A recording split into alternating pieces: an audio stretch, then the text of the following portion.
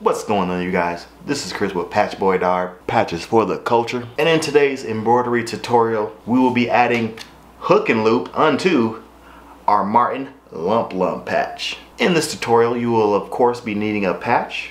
You will also be needing a 4x4 inch hook and loop square. And if you don't have some hook and loop, go ahead and go to Amazon and look for this brand right here. This was the perfect size that we needed for our hook and loop project. And also for this tutorial, you will need a sewing machine, so that way you can sew your hook and loop onto your patch. We will be using the Juki QVP. Go ahead and click the little ticker up here, so that way you guys can see the full unboxing of this Juki machine. But without further delay, let's get our sewing on. One thing I forgot to mention that you also might need, that would be some clips. I'm going to be using these mighty clips right here, or you can possibly use some pins. And with these clips, what we will do is we will clip our patch onto our Velcro swatches. Let me get this Velcro unripped. Let me get in close so you guys can see that. Yeah, some Velcro. And for this, when you're adding Velcro, you always want to use the hook side. This will be known as the hook side. It's the more rough side. The loop part will be the fuzzy side. And typically, if you have anything that has Velcro on it, such as like a tactical backpack, you will see the soft side on the bag, and on the patch it will have the harder hook side of it. So always keep that in mind when you're adding hook and loop to your patches. So what I'm going to do is on the back side of the hook and loop, so this is like has the hook part, this is just a flat smooth surface. I'm going to have my patch on that smooth surface. You don't want to have your patch on the hook side because that defeats the whole purpose and it will not work. So have it on the smooth side like so. I'm gonna line it up in this upper left corner, and I'm gonna take one clip, I'm gonna clip it right here on top just so it stays in place. I'm gonna do another clip and clip it right here on that side. That way my patch doesn't move too much. I do gotta adjust a little bit, but this is so that the patch doesn't move when I start the initial stitching. I think I'm gonna go ahead and start stitching on this side right over here, and like work my way carefully around the entirety of the patch. So let's get this underneath the machine. I'm going to be stitching, let me zoom you guys in so you can see this a little bit more. I'm going to be stitching right onto the satin stitches. So that's where my straight stitches are going to be, is right on top of that satin stitch. Alright, so let me get this down here. Raise my foot lever so I can get the patch underneath the machine. Put it right there. And typically when it comes to sewing, you want to do like your back stitch. So you want to go forward some and then back stitch, so that way it locks the thread in place. But instead I'm just going to go straight around it, and I'm going to back stitch at the end. Once I stitch all the way around and come back to the point I started, I'm going to overlap it and then back stitch, and that should lock it into place perfectly. And so without further delay, I'm going to go ahead and start stitching. I'm going to put my machine speed to the turtle setting, so that way it goes nice and slow so you guys can all see what's going on. I went ahead and changed the angles for you guys, so hopefully you can see a little bit better. I can't do directly in front of the machine because otherwise I won't be able to see what I'm doing. So let's go ahead and start these stitches. And be sure you take your time with this, you guys. It's no rush at all. And as I go, I'm just doing like very small pivots to work my way around this patch. Like I said, guys, when it comes to sewing this, not like I said, but when it comes to adding Velcro onto your patch, definitely take your time. There may or may not be easier methods of doing this, but as far as sturdiness, I found that just sewing it on makes it a whole lot better, especially for like the longevity of the patch. But typically when people get patches like this with Velcro on them, they usually throw it on to their bag or their whatever it is they're going to throw it onto that has the hook and loop, and typically don't really plan on removing it. So I want to make sure that this patch has the longevity, so I'm stitching it on, so whenever a customer wants to remove this patch, maybe put it onto something else with the hook and loop, I don't want the patch falling apart on them. Some people, they probably use like an adhesive backing to add their patch onto the hook and loop, but I'm just going to go ahead and sew it on.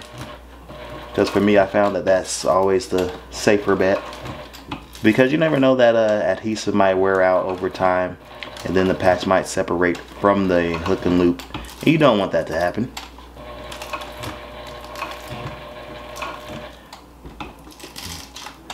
And some of you out there might be more professional when it comes to sewing and might be able to do this faster, but I'm just taking my time on this because I want these stitches to be precise. I don't want them to be off at all. I don't want to have to do any seam ripping either because of any mess ups from going too fast. So always take your time on this. So I made it to my first clip. I'm gonna go ahead and remove this clip right here. If you guys are finding this video helpful so far, be sure to give it a thumbs up. Also, if you have not done so already, hit that subscribe button. Also hit that notification bell so that way you are notified whenever we upload future embroidery content. I am planning on doing a special embroidery for beginners course. There's going to be a couple episodes.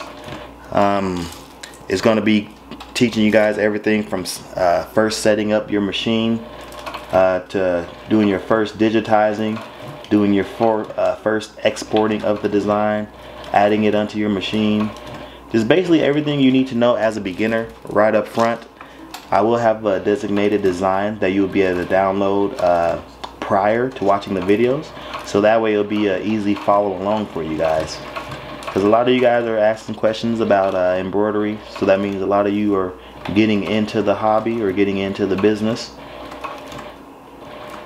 So if you need that extra help, be sure to check back in on the Patch Boy Darb channel, because we will have some exclusive embroidery tutorials. So I'm going to come right to this ear right about there, and I'm going to backstitch to lock it into place. Let me rotate a little bit. Bam. Then come forward a little bit more again, because I want this stitch to stay locked into place. And now that that is complete, I'm going to hit the scissor button on my Juki, and that's going to cut the bobbin thread and the upper thread. I'm going to raise my foot lever like so. And now, as you can see, the Martin Lump Lump patch is attached to the hook and loop, this section of the hook and loop right here. And now the next thing to do will be to cut this out, cut around the edges, so that way it forms nicely with the patch. And then I'm debating if I want to trim this down so that way it like fits the patch easier, or I might just send this swatch to the customer so that way they can add this swatch onto whatever they want to add it on, and then they'll be able to throw the patch right onto it. Alright, so I got my scissors here. I grabbed all my scissors because I don't know which scissors might work best. I got my little curved scissors right here. You can see that. Got the curved scissors.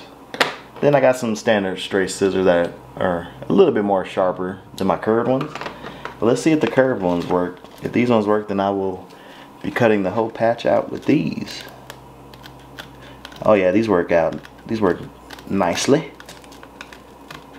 So I'm just curving, or not curving, I'm just cutting around the Martin Lump Lump patch.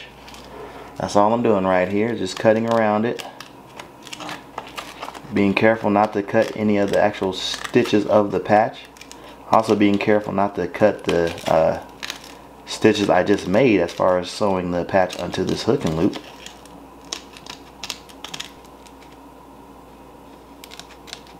Yep, and I'm just going to keep cutting around. Once I have this cut out, I will show you an example of what I was talking about earlier as far as either cutting or not cutting the fuzzy side of the hook and loop.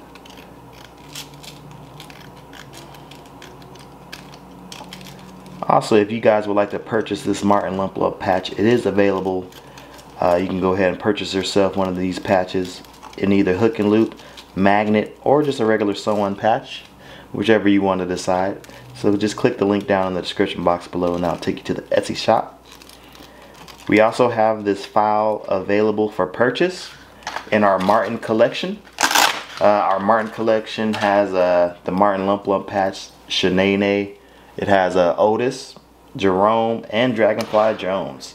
So if you want to pick up yourself some cool Martin embroidery files, go ahead and hit that link down in the description box below. Let me cut this little extra thread right there. Okay, I don't have a lighter. If I had a lighter, I'll do like burn the edges a little bit, but I don't have a lighter at the moment, so I'm just going to carefully and just try to clean up these edges. Alright, so there we have it. The Martin Lump Lump patch has now had Velcro added onto it. And so with our hook and loop, the hook and loop right here, this patch will just stick right onto that hook and loop like so. Nice and snug, nice and secure on there. If you want your patch to be secured onto that Velcro, that hook and loop, make sure you stitch all along those edges. You don't want to stitch off of the patch. If you do, just go back and stitch right on, stitch it properly. But you want to make sure all your stitches is around the patch. But yeah, this turned out nice, super simple and easy. And if this is your first time trying to add some hook and loop, I recommend doing a patch that doesn't have too many curves and shapes on it, or curves and angles, so that way it'll be easier for you to stitch it on. Because when it comes to this embroidery stuff, it's all trial and error. You guys gotta practice, practice, practice. So there we have it. I can either send the customer the patch like this and send them with this like larger 4x4 square, but I think I might or I could cut the fuzzy part to match the Martin shape. But I think I'm gonna send it like this, so that way if he wanted to stitch the fuzzy side onto something, he would now have the opportunity to do so. Alright you guys, so that's gonna wrap it up for this video. I hope you found this tutorial helpful on adding hook and loop to your patch. So adding hook and loop to your patch is very simple to do, especially if your patch is a circular shape or a square shape and doesn't have too many curves and angles, such as this Martin Lump Lump patch. But even so, all you gotta do is go slow on your machine and be precise, and you will be able to add hook and loop to your patch. This has been Chris with Patch Boy Dart, Patches for the Culture. If you like this video, give it that thumbs up and hit that subscribe button if you have not done so already. Also, hit that notification bell so that way you guys are notified when we upload future content. With that being said, I'm gonna go ahead and get this thing packaged up and shipped out. We will see you on the next one. Raw Dog has spoken.